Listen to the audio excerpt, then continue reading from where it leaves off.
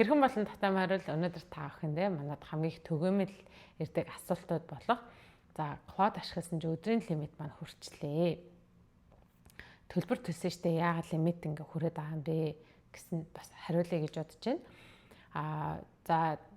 Өдрийн лимит хүрэх шалтгаан маань хэл таны токен нэгсний лимит нь хүрсэн гэсэн үг байгаа. Токен гэж юу гэхээр энгийнээр тайлбарлахаа бид нар ингээ номыг шууд ингээ хараад ингээ уншиж чинь те. AI маань болохоор таны үгийг тоо болгож хардаг байгаа гэсэн үг. Тэгэхээр та ямар үйлдэл хийж байгаас шалтгаалаад нөгөө өдрийн лимит маш хурдан хүрчээд байгаа гэсэн үг байна. За гэхдээ энд маш олон аргууд байгаа. Тэгэхээр та бүхэн үнэтэй холбоотой асуух асуулт юм бол доор коммент үлдээж хэрэгцээтэй хүмүүст харангуй таараарай. Ингээ хэдүүлээ ямар типс байдгийг хамтдаа суралцгаая.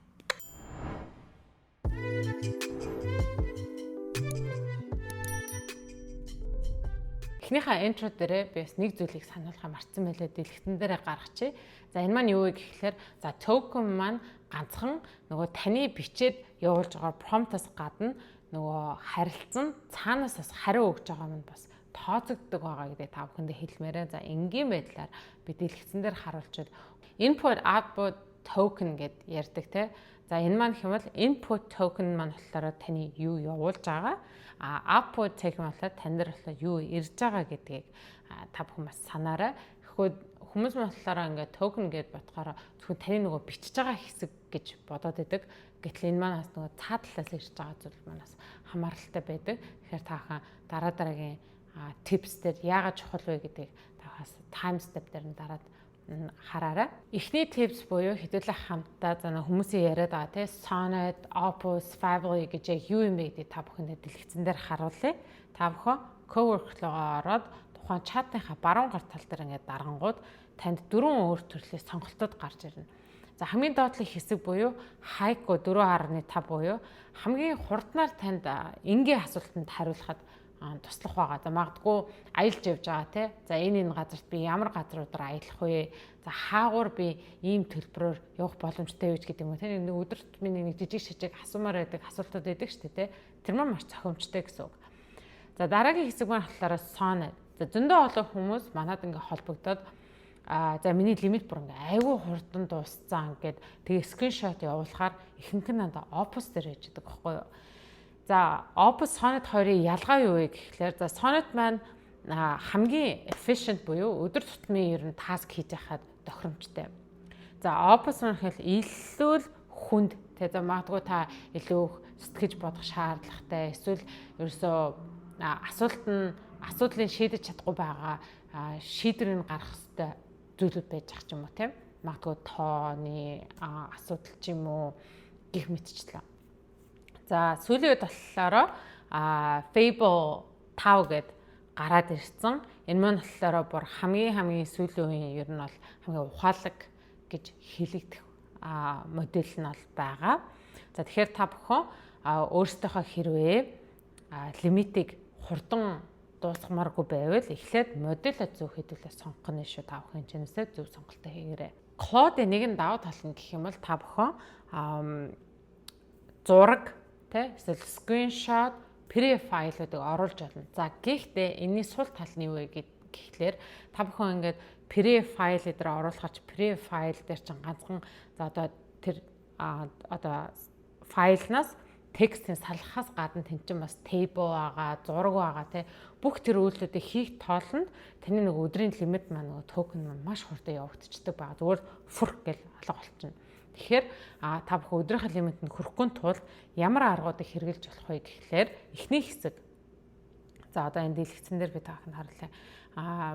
Бичиг баримт хэрэг PDF дээр байгаа бол баруун гар тал дээр дараад request text гэж та бүхэн өөрсөндөө шүү татаж аваад за тэрийг Claude руу оруулж болно. Ингэснээрээ энэ маань PDF-ээс одоо зургийг салгаад за тэнцэнээсээ текст нэхээс салгаад ингээ analyze хийж таны бүр ингээд өдрийн лимит бүф гэд бүр ингээд байхгүй болгочихгүй.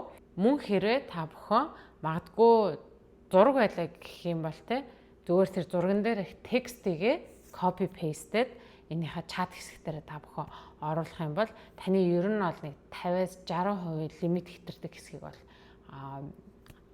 багасгах боломжтой байгаа. За 3 дахь tips гэх юм бол за та бүхэн PDF файлаа текст болгоод оруулчлаа шүү дээ, тий.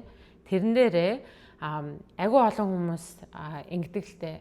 Give me details тэ агүй ингээд нарийн деталлуудыг өгөөд ах. За энэ талаар илүү тайлбарлаад ах гэсэн промптуудыг өгдөг маань хараа эсрэгээрээ таны лимитийг бүр ингээд пүф гэд байхгүй болгож идэг байгаа. Учир нь нөгөө энэ чинь бол машин шүү дээ тий. Тэгэхээр таны ингээд хамгийн их детейлийг өгөнгөд бүр бүх детейлийг өгөхгүй нөгөө токен маань ингээд зүгээр байхгүй болчихж байгаа. Тэрнийхээ оронд болохоор одоо энэ дэлгэцэн дээр би бол өөрөө буруул бичсэн байна л да. Give me 5 bullet points гэд яг танд хэрэгцээтэй гэсэн түлхүүр мэдээг хэлээд за тэгээд нөгөө текстнээс гаргаж авснараа таны нөгөө лимит магадгүй одоо 20-30% ч юм уу те багасгах боломжийг та бүхэнд олгож идэг байгаа. Дөрөв дэх tips буюу эхлээ би та бүхэнд дэлгэцэн дээр юу байгааг харуулсан дээр ах тэгвэл тайлбарлахад амар. За та бүхэн ингээд чат ингээ харилцлаа штэ тэнгууд ингээ айгу урт ингээ явагдаад байдаг те. Хүмүүс маань юу гэж ойлгодог вэ гэхээр би харилцан ярьж байна. Тэгээд энэ унаас би мэдээллүүдийг айгу чанартай гаргаж авна гэж боддог бол тэр маань баг зэргийн өрөөсөл байгаа. Яа тэгэхээр таны хамгийн анхны ихэлсэн одоо conversation те харилцаан дээр буцаж очиод тэр нь ингээ эргэлдээд ингээ явж байгаа болохоор таны нөгөө токен бол зүгээр агаар дээр бүф гэд алга болоход маш хурдтайгаар нөлөөлдөг. Тийм учраас та бүхэн аль болох урт ийм conversation харилцаа үүсгэхгүйгээр шинээр new chat гэд хэсгүүдийг хоорондоо хуваагаад эхлэх юм бол таны өдрийн лимит бол тийм хурдан дуусахгүй байгаа гэдэг бол бас хэлье. 5 дахь миний хувьд бол маш дуртай. Энийг бол байнгын хэрэгэлдэг. Учир нь гэх юм бол би ер нь бол өөрийнхөө conversation ч юм уу те асуумаар байгаа асуулт эсвэл бодож байгаа бодлуудаа бүтээнтүүд дээр үлдэх дурггүй хүмүүсийн нэг л дээ. Та бүхэн баруун гар талд байгаа нэг хөөрхөн нэг юм юу шиг сүнсний icon байгаа шүү дээ Halloween-ий. За энэ incognito-даар та бүхэн дараад